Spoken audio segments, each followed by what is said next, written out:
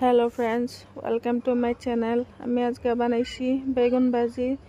তো এখানে দুইটা বেগুন লইছি, আমার কাছে আসলে দুইটা বেগুন, তো দুইটা বেগুনই বানাইলাম। তো এখানে অল্প দিয়ে দিছি সরিষা তেল দিয়ে দিছি আমি অল্প নিমক মানে লবণ, অল্প লবণ দিয়ে দিছি যাতে বেগুনটা ভাজতে লাগিয়া না ধরে, সেটা লাগিয়া। তারপরে বেগুনটা আমি কেটে ধুয়ে রাখছিলাম, তো সেটা দিয়ে দিলাম। বেগুনটা অল্প হালকা করে ভাজা নিব, অল্প হলুদ গুঁড়ি দিয়ে দিছি। তারপর ভাজা নিব হালকা করে, বেশি ভাজবো না, বেশি ভাজবার গেলে আবার এটা আইলা যাব বেগুনটা। আসলে বেগুন ভাজিটা আমার কাছে এইভাবেই স্বাদ লাগে বেশি, তাই আমি রেসিপিটা শেয়ার করলাম। এইভাবে খাই একবার আপনারাও দেখেন, ভালোই লাগে খেতে। তাই আমি দুইটা বেগুন এইভাবে বানাইয়া দেখাইলাম।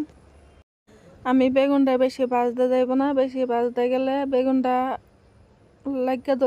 কড়াইতে লাগিয়ে ধরবো, সেই জন্য আমি বেশি ভাজবো না, হালকা ভাজি। এখন আমি বেগুনটাকে উঠিয়ে রাখবো। ভাজা হয়ে গেছে, যেরকম ভাজতে লাগে আমি সেরকমই ভাজি, অল্প ভাজি, তারপরে উঠিয়ে রাখতেছি।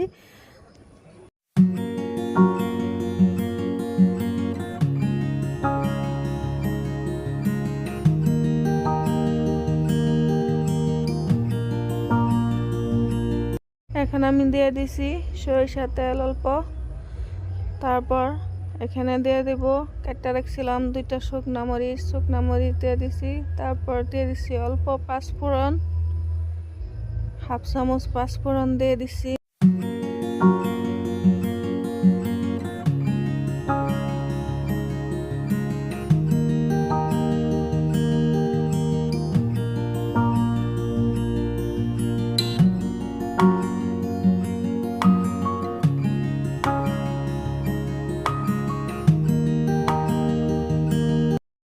এবার শুকনো মরিচটা পুরোপুরি ভাজা হয়ে গেছে, তারপর দিয়ে দিচ্ছি অল্প পানি দিয়ে তারপরে দিয়ে দিব অল্প নিমক, তার মানে লবণ, তারপর দিয়ে দিব অল্প হলুদ গুঁড়ি।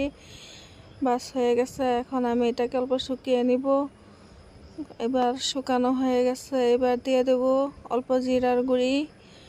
তারপর আমি বেগুনটা যেহেতু আমি আগে ভেজে রাখছিলাম, সেই কারণে বেগুনটা তো আধা সিদ্ধ হয়ে আছে, আর অল্প দিয়ে এবার ভাজা বেগুনটা দিয়ে দিব।